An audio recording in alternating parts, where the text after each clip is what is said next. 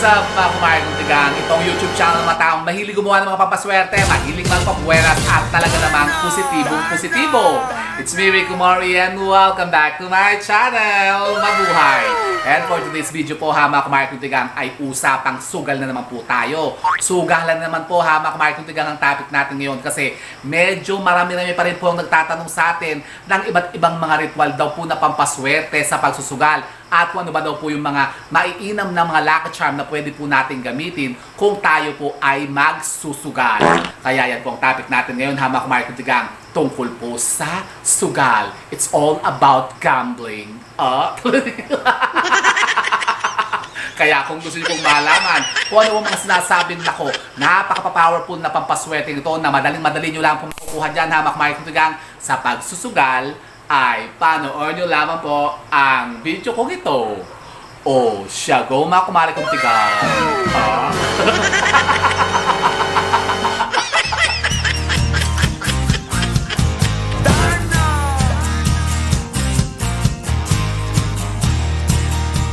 So yun na nga po ha mga kumain kong tigang, isang mapagpalang araw naman po sa inyong lahat. At yun na nga po ha mga kumain kong tigang, ngayon nga po yung usapang sugal na naman po tayo. Kasi ngayon po yung magbabahagi lamang po tayo ng ilang mga gabay tungkol po sa pagsusugal, pangpapaswerte po ha mga kumain kong tigang kung kayo po talagang hamit na magsugal-sugal. Pero bago yun ha mga kumain kong tigang, ang pagsusugal po ha ay hindi ko po iminumungkahi sa inyo na gawin po ninyo. Kasi alam nyo po ba ha mga kumain kong tigang na sa pagsusugal po, bihirang-bihira lamang po dyan ang mga nananalo at bihirang-bihira lang din po dyan ang mga yumayaman. Nako, kalimitan po dyan ng mga yung yumayaman ha mga kumain kong tigang, kumikita dyan yung mga gambling lord. Ako, mas Mariosep. Opo, yung may mga pasugalan, sila po yung mga namiminana dyan. At kalimitan po, yung mga naglalaro dyan, yung mga tumataya-taya, sila po yung laging na-o-olats. Sila po yung mga nababangkrap at sila po yung mga nalolo-spread madalas. Kaya yun po, hindi ko po minumukha sa inyo ha, mga kumain kong tigang, na kayo po ay magpasugal-sugal. Pero kung halimbawa yun naman po yung mga diversyon lamang naman ha mga kumain kong tigang, halimbawa yung mga pataya-taya lang naman po ha mga kumain kong tigang, kung minsan-minsan lang po ha mga kumain kong tigang, pwede naman po yun. Yan, kung halimbawa kayo may mga anunsyong mga numero, tumaya po kayo sa mga weteng, loteng, STL, okay lang sa loto. Basta't kayo po, meron pong mga sinasabing mga yun na nga, yung mga pampaswerte at may mga anunsyo kayo na tinatayaan. At yan nga po ha mga kumain kong tigang ang topic natin ngayon. Kasi ngayon po ay magbabahagi po tayo ng mga ilang tips at ilang mga pamamaraan para tayo po ay makahalina ng mas mataas na tsansa ha mga kumain kong tigang. Mas mataas na tsansa lang po ha mga kumain kong tigang, hindi po sinasabing mananalo agad kayo. Nako. Kumbaga, patataasin lamang po natin yung tsansa natin na manalo ha mga kumain kong tigang sa usapin ng pagsusugal. Kaya ako po ha mga kumain kong tigang, personally, hindi ko po talaga iminumungkahi yan, yung mga magpasugal-sugal kayo, yan katulad ng mga casino, ganyan, yung mga talamak na mga sugal-sugal na talaga, yung talagang milyones na ang mga tayaan. Naku, si Mariosep, nakakatakot yan ha mga kumain kong tigang, kasi alam nyo ba, marami na akong kilalang ganyan na nalubog sa utang, nagkamalas-malas at sila po'y nalupog talaga at nasira ang buhay. Nako, na-bankrupt sila dahil sa sugal. Nako, may marami akong kilalang ganyan na dati-rati ang ganda ng bahay, ang daming negosyo, tapos maganda ang buhay. Ngayon nako, parang mga pulubi na laang dahil sa pagsusugal. Nasira ang buhay nila, nasira ang pamilya. Pero yun na nga po ha mga kumain kong tigang, kung kayo naman po ay nag-iisip pa ng iba't ibang mga pamamaraan, at kung kayo nga po ha mga kumain kong tigang ay hamit na hamit sa pagsusugal, pero kayo naman po hindi naman po marunong magsugal, ito po, iminumungkahi ko na po sa inyo na kayo po'y gumamit po ng mga iba't ibang mga pamamaraan para kayo naman po'y makahalina ng mga positibong enerhiya na maaring magbigay sa inyo ng panalo.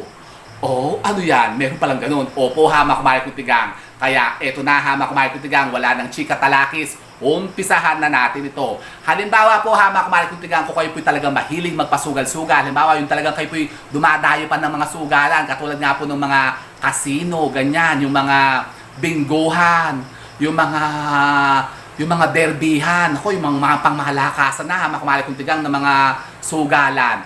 Alam niyo po ba ha mga kumain kong tigang na dapat po ay meron kayong mga kaalaman na sinasabing mga pampaswerte na pwede nyo pong gamitin sa pagsusugal. Yun na nga po ha mga kumare kong tigang, tayo ngayon ay magbibigay sa inyo ng ilang mga pampaswerte na pwede nyo pong gamitin sa pagsusugal ha mga kumare kong tigang. Pero bago yon, magbibigay po muna tayo ng mga ilang gabay po na pwede nyo pong gawin bago kayo magsugal ha mga kumare kong tigang, para naman po kayo ay swertihin. Yung mga sinasabing mga pamahiin at paniniwala po tungkol po sa pagsusugal. Kasi mayroong mga sinasabi ang ating matatandang mga inuno na do's and don't po kapag kayo po ay magsusugal. Mayroon palang ganun, mga do's and don't. Abay, opo ha mga kumare kong tigang. Halimbawa, sinasabi po sa mga lumang pamahiin ha mga kumare kong tigang.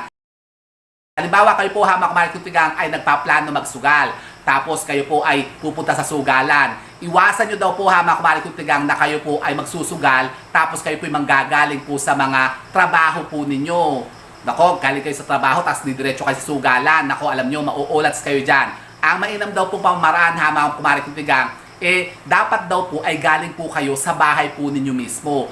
Dapat daw po ha mga kumare kong tigang, kayo daw po ay manggagaling mismo sa tahanan po ninyo bago kayo pumunta ng sugalan. Baka kayo po yung mga tipong galing sa opisina, galing sa trabaho, dadaan kayo sa mga kasino, ganyan, sa mga bingguhan. Tapos tataya kayo, yung magsusugal kayo.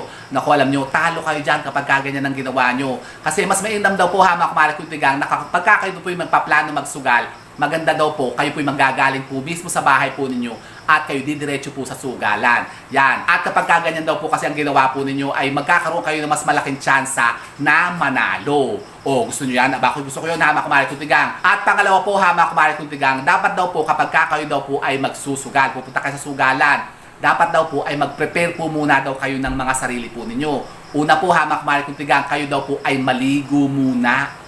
Nako, kaya nga sinasabi nga po, kung kayo nga galing po sa mga trabaho po ninyo, huwag kayo pupunta sa sugalan kasi baka may mga alat-alat yung katawan po ninyo. Yun, matatalo kayo ha mga kumare kong tigang. Dapat pala fresh kayo kapag pupunta kayo sa sugalan. Kaya dapat daw po muna ay maligo po muna kayo. At pangatlo po, dapat daw po kayo po ay magsuot daw po ng malilinis na damit at yung mga masuswerteng kulay sa pagsusugal. Katulad ng katulad po ng mga kulay pula at kulay violet ha mga kumare kong tigang. Maswerte din po yung mga kulay yellow. Nako, kaya pala ako naka-yellow ngayon At ang kulay puti. Yan, maswerte din daw po yan ha mga kumare kong tigang kapag kayo daw po ay magpuputi. Pero iwasan nyo naman daw po ang pagsusuot daw po ng kulay itim na damit kapag kayo po ay magsusugal. Ganun pala. Opo ha mga kumare kong tigang. At kapag daw kayo po ay magsusugal at kapag aalis na kayo ng inyong pong mga tahanan, wag daw po kayo magpababalik-balik pa sa bahay po niyo. Halimbawa, kayo po ay yung papunta na sa sugalan, tapos kayo po ay pabalik-balik pa, yung may nakalimutan ko. Halimbawa, nakalimutan niyo yung susi niyo, cellphone niyo, ganyan, yung pera niyo. Pera. Ano pagsusugal mo kung wala kang pera?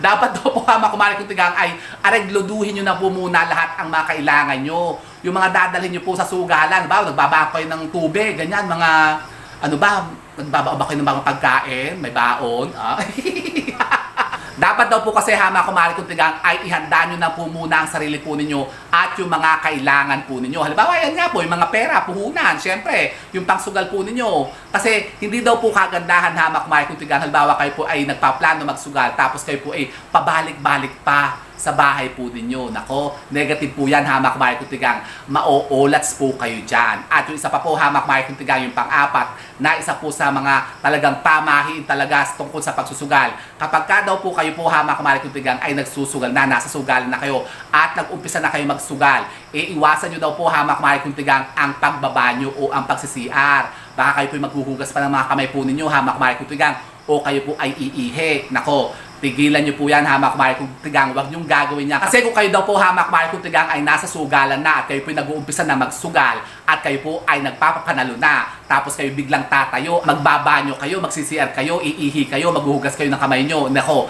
dyan kayo mag-uumpisang matalo. Kapag balik nyo doon sa table po ninyo o sa sugalan, wala na, matatalo na kayo ha mga kumare kong tigang. Kaya wag nyo pong gagawin yan, ang paghuhugas ng kamay at pag-ihi. Nako, hindi magkakasakit sa bato. Pipigilin mo yung ihi, bawa pang malakasan, magdamagan. Abay, may break naman po ha mga kumare kong tigang. Mag-break po kayo. Pero yung sasabihin nyo, halimbawa, naglalaro kayo ganyan, tapos papatigil nyo, sabihin nyo, teka, ihi muna ako, Ay, nako, asahan nyo, pagbalik nyo sa table nyo, sa lamesa nyo, talo na kayo pagka gano'n. Kasi mauusog na kayo, hama kumari kung tigang. Opo, ganun yun, hama kumari kung tigang. Oh. Sus Mario Joseph. At isa pa po, hama kumari kung tigang. Halimbawa daw po, hama kumari kung tigang, kayo daw po yung magsusugal. Huwag na daw po kayong magsasama ng mga alapaw. Yung mga miron-miron bagay, yung mga alipores. Tapos laging naandyan sa likod nyo yung nagmamatsyag-matsyag. Diba? Kayo po may mga parang mga bodyguard o mga alalay. Siyempre, kasama nyo yun. Sasabihin nyo daw sa mga alala nyo, oy, doon muna kayo sa labas. O, hintayin nyo na lang ako dyan sa kotse. Yan. O, sus yan, may kotse. Yan, hintayin nyo ako dyan. Huwag kayo sasama dito. Huwag nyo akong babantayan. Kasi kapag ka daw gano'n, meron kayong mga alipores, yung mga miron. Nako, hindi kayo mananalo dyan. Mamalasin kayo yan. Yung halimbawa, may nakabantay sa inyo habang naglalaro kayo, tinitignan yung mga barahan nyo, yung mga, ano nyo, yung sa madyong, ganyan. Tapos sasabihin, yan, tapo mo yun, yung ano, yung alas, ganyan. Yung nakakaalam, yung parang nagbimiron, eh nako, buwisit yan, hamak mari kung tigang, yung suksuk baga, yung nasa likod yung ganyan eh, tinitignan kayo, binabantayan kayo. Tapos halimbawa kayo may mga kasama nga, yung may mga kung sino-sino kayo kabuntot yan. Tapos isabihin ha, nalika na, uwi na tayo, tama na. Yung parang naiinip na, yung nagyayaya na. Yung kainitan pala, kasarapan pa lang, bago pa lang kayo nagpapapanalo eh, kayo yayayain na ng umuwi, halika na, mag-mall na tayo, punta na tayo sa mall, ganyan, leche, ganon. Nako, Sus Mario Joseph, kapag kaganyan, meron kayong makasamang ganyan, eh mamalasin kayo dyan, hamak mari kutigang. Kaya mas maganda po, hamak mari kutigang, kapag ka magsusugal kayo, eh solo flight lang po kayo. Huwag na kayo magsasama ng meron. O yung ganyan mga kachape-chape ron ganyan kasama. Tapos mamaya-maya eh mag-uungot sa inyo, yung magyayaya ng umuwi, mambubusit sa inyo, eh leche. Matatalo kayo dyan, hamak. Sus Mario Joseph. At ang sa pa po, hamak mari kutigang. Halimbawa daw po kayo nga pupunta nga sa sugalan. Halimbawa, bingguhan o kasino. Kapag ka daw kayo papasok sa kasino, unang papasok kayo sa kasino, hamak mari kung tigang. Halimbawa, dumating kayo sa kasino, ganyan, di, pang malakasan, daming tao, ganyan. Ang una nyo daw po gagawin, hamak mari kung tigang, ganito po. Pagka kayo po papasok daw doon sa mismong venue, halimbawa sa bingguhan, ang una nyo daw po ihahakbang papasok po sa loob ng sugalan, ganyan, o halimbawa sa mga bingguhan nga, yan, halimbawa sa mga sabungan. Ang una nyo daw pong ihahakbang papasok sa loob po ng mga sugalan na yan ay yung kaliwang paa po ninyo. Kaliwang paa, wag po kanan, hamak mari kung tigang. Tapos dire-diretso na kayong ganyan. Dire-diretso kayo, bawa doon sa table nyo. Opo, hamak mari kung tigang, yun daw po ang sikreto. Dapat daw po ang una nyong ihahakbang po sa pagpasok nyo sa sugalan ay yung kaliwang paa po ninyo. Oh, ganun ba yun? Opo, hamak mari kung tigang. At ang isa pa po, hamak mari kung tigang. Halimbawa daw po kayo papunta naman sa sugalan. Halimbawa kayo po nagtatravel pa lang, papunta pa kayo sa sugalan. Tapos kayo nagdadrive halimbawa. Yan, tapos kayo daw po ay may nakasalubong na inililibing na patay. Nako, yan po ay isang sign po na wag na daw po kayong tumuloy. Halimbawa magsasabong kayo. Yan, pupunta kayo sa mga, yun nga, mga badyungan, mga kasino. Tapos may nakasalubong kayo nililibing na patay. Halimbawa, yung karo ng patay, nililibing. Nako, wag na po kayong tumulog kasi matatalo po kayo dyan. Isa pong sign yan, hamak mari kung tigang. Pero halimbawa naman daw po kayo ay papunta sa sugalan. Halimbawa, meron kayong nakita naman na buntis. Makasalubong kayong mabuntis na kayo. O halimbawa, merong tumawid sa harapan nyo na buntis. Nako, yan naman po yung swerteng-swerte, hamak mari kung tigang. Nako, kayo po ay magpapapanalo dyan kapag kayo po ay may naabata na buntis na nakasalubong po nyo o dumaan po sa harap po ninyo. Swerte yan, hamak mari kung tigang. Talaga ba? Opo, mga kumari kung tigang. So yun po, hamak kumari kung tigang, ang ilan sa mga sinasabing gabay o pamahiin tungkol po sa pagsusugal. Opo, hamak kumari kung tigang, kaya abatan nyo po yan. Pero alam nyo po ba, hamak kumari kung tigang, na meron din palang mga maiinam na mga pampaswerte kayo magagamit sa pagsusugal para kayo po'y makahalin na nga po ng mga positibong enerhiya na maaaring makapagpadaloy po sa inyo at makapagpalakas po ng tsansa nyo na kayo po'y manalo. Talaga ba? Ano yan? Ito po, hamak mari kung tigang. Number 1 po, sinasabi po ng mga marunong po sa pagsusugal. Nako, ito po yung napakainam ng mga pampaswerte, hamak mari kung tigang. Kapag kayo po yung nakaatikha po nito. Kapag kayo po yung nakakuha po nung lubid na pinagbigtihan ng patay. Nako, napaka-powerful po niyan, hamak mari kung tigang, sa pagsusugal. Lubid ng pinagbigtihan ng patay. Opo, hamak mari kung tigang, yung pong lubid na pinagbigtihan ng patay, napakaswerte daw po niyan sa pagsusugal. Talaga ba? Opo, mga kumari kong tigang, kaya kayo po'y maghagilap niya. Saan naman makakakuha niyan? Abay, maghanap kayo. Pero nung kailan lang po meron nagpa-flex sa atin yan yung mga lubid na pinagbigtihan ng patay. Kaya lang po ako po hindi kumuha niyan Kasi natatakot nga po ako na mag-uwi dito sa bahay niyan ng lubid daw na pinagbigtihan ng patay. Pero kung halimbawa daw po meron daw interesado sa inyo, pwede po kayo mag-PM sa akin na Makmay Kutigang at kayo po i-order ko doon sa mga kilala ko na mga antingero. Kasi sila po may mga nakuha at may mga itatago nga daw po mga ganyan ng mga lubid na pinagbigtihan ng patay kasi napakaswerte po niya sa pagsusugal mga kumari kong tigang. Talaga ba? Opo mga kumari kong tigang. At ang sa pa pong napakainam na pampaswerte mga kumari kong tigang sa pagsusugal kung kayo daw po ay makakakuha ng kaliwang paa po ng bayawak. Bayawak? Opo mga kumari kong tigang, yung bayawak, alam nyo yon yung parang butiki na malaki, bayawak. Di ba kinakain yun? Ginagata yun Kapag daw kayo po makakaatikha niyan, hamak mari kong tigang, yung pong kaliwang paa ng bayawak, naku, napaka-powerful daw po ng pampaswerte sa pagsusugal. Kaya mag-atikha po kayo. Halimbawa, kayo po yung may mga makikitang bayawak, hulihin nyo. Tapos, yun na nga, kunin nyo yung kaliwang paa nila. Patuyuin nyo, gawin yung lucky charm. Nakakaawa naman yung bayawak, tutulad mo ng paa. Abay, bahala kayo, hamak mari kong tigang, kung paano kayo makakakuha niyan. Pero meron din po tayo niyan, hamak mari kong tigang. Meron din po tayo makukuhanan yan, yung mga paa ng bayawak. At kung gusto nyo maka-order niyan, mag-PM lamang po kayo sa atin. Kasi meron tayong mga antingero na nagpapalimos po niyan, yung mga paa ng bayawak para sa pagsusugal. Ang sa pa po, hamak mari kong tigang, napaka-powerful din po na pampaswerte sa pagsusugal, hamak mari kong tigang. Kung kayo po ay makakaatikha po ng mutya, ng lansones at yung ating butong alog, mga kumari kong tigang. Butong alog? Opo hamak mari kong tigang, meron po tayo niyan. Yung pong ating mutya ng lansones at yung ating butong alog. Kung gusto nyo po kayo po makakatikha niyan, hamak mari kong tigang, mag-PM lamang po kayo sa akin at yan po ipadadala ko po sa inyo. Pero kung halimbawa kayo man po hamak mari kong tigang, meron pong makukuha nito. Nako, napakasimple lang po hamak mari kong tigang at ito po madaling-madali nyo lang pong mahagilap dyan sa mga tahanan po ninyo. Kayo po'y magdala po ito hamak mari kong tigang, kayo po'y magsusugal. Ano yan?